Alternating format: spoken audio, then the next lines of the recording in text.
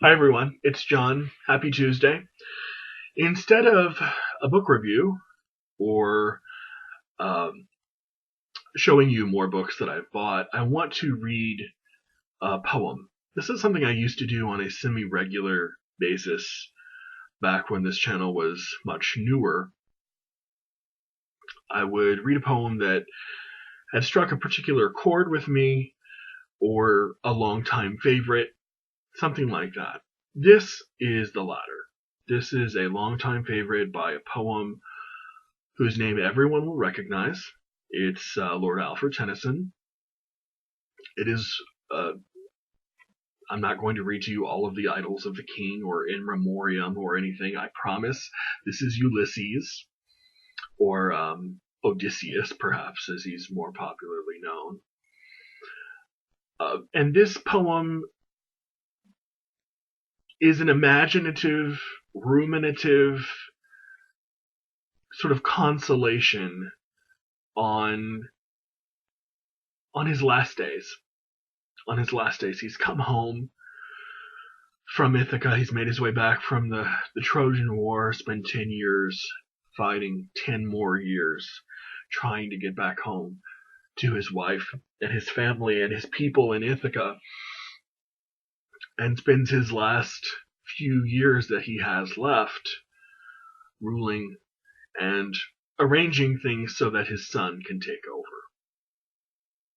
It's really a beautiful take on what Ulysses, or like I said, Odysseus's last days and months, and what his last thoughts might have been that were rolling around in his head. So if you will indulge me, I hope you enjoy it as much as I do. Ulysses by Lord Alfred Tennyson. It little profits that an idle king by this still hearth, among these barren crags, matched with an aged wife, I meet and dole unequal laws unto a savage race, that hoard and sleep and feed and know not me. I cannot rest from travel. I will drink life to the lees. All times I have enjoyed greatly, have suffered greatly, both with those that loved me, and alone, on shore, and through scuttling drifts, the rainy Hyades vexed the dim sea. I am become a name, for always roaming with a hungry heart, much have I seen and known, cities of men and manners, climates, councils, governments, myself not least, but honored of them all, and drunk delight of battle with my peers, far on the ringing plains of windy Troy. I am part of all that I have met, yet all experience is an arch wherethrough gleams that unravelled world, where margin fades forever, and forever when I move. How dull it is to pause, to make an end, to rust unburnished, not to shine in use, as though to breathe were life. Life piled on life were all too little, and of one to me little remains. But every hour is saved from that eternal silence, something more, a bringer of new things, and vile it were for some 3 suns to store and hoard myself and this grey spirit, yearning in desire to follow knowledge like a sinking star, beyond the utmost bound of human thought. This is my son, mine own Telemachus, to whom I leave the sceptre and the isle, well beloved of me, discerning to fulfill this labour by slow prudence, to make mild a rugged people, and through soft degrees subdue them to the useful and the good. Most blameless is he, centred in the sphere of common duties, decent not to fail in offices of tenderness, and pay meet adoration to my household gods when I'm gone. He works his work, I mine. There lies the port. The vessel puffs her sail.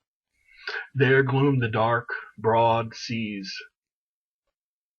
My mariners, souls that have toiled and wrought and thought with me, that ever with a frolic welcome took the thunder and the sunshine, and opposed free hearts, free foreheads, you and I are old.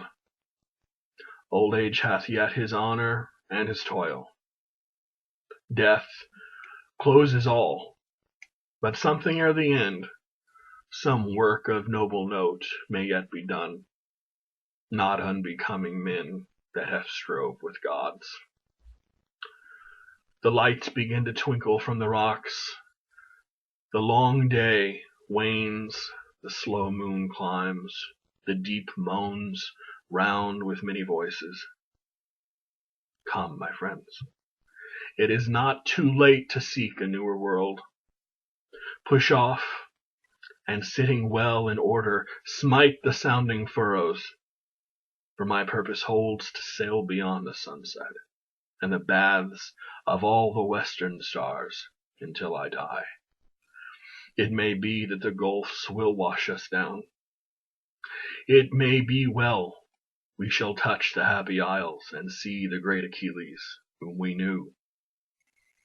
Though much is taken, much abides. And though we are not now that strength which in old days moved heaven and earth, that which we are, one equal temper of heroic hearts, made weak by time and fate, but strong in will, to strive, to seek, to find, and not to yield.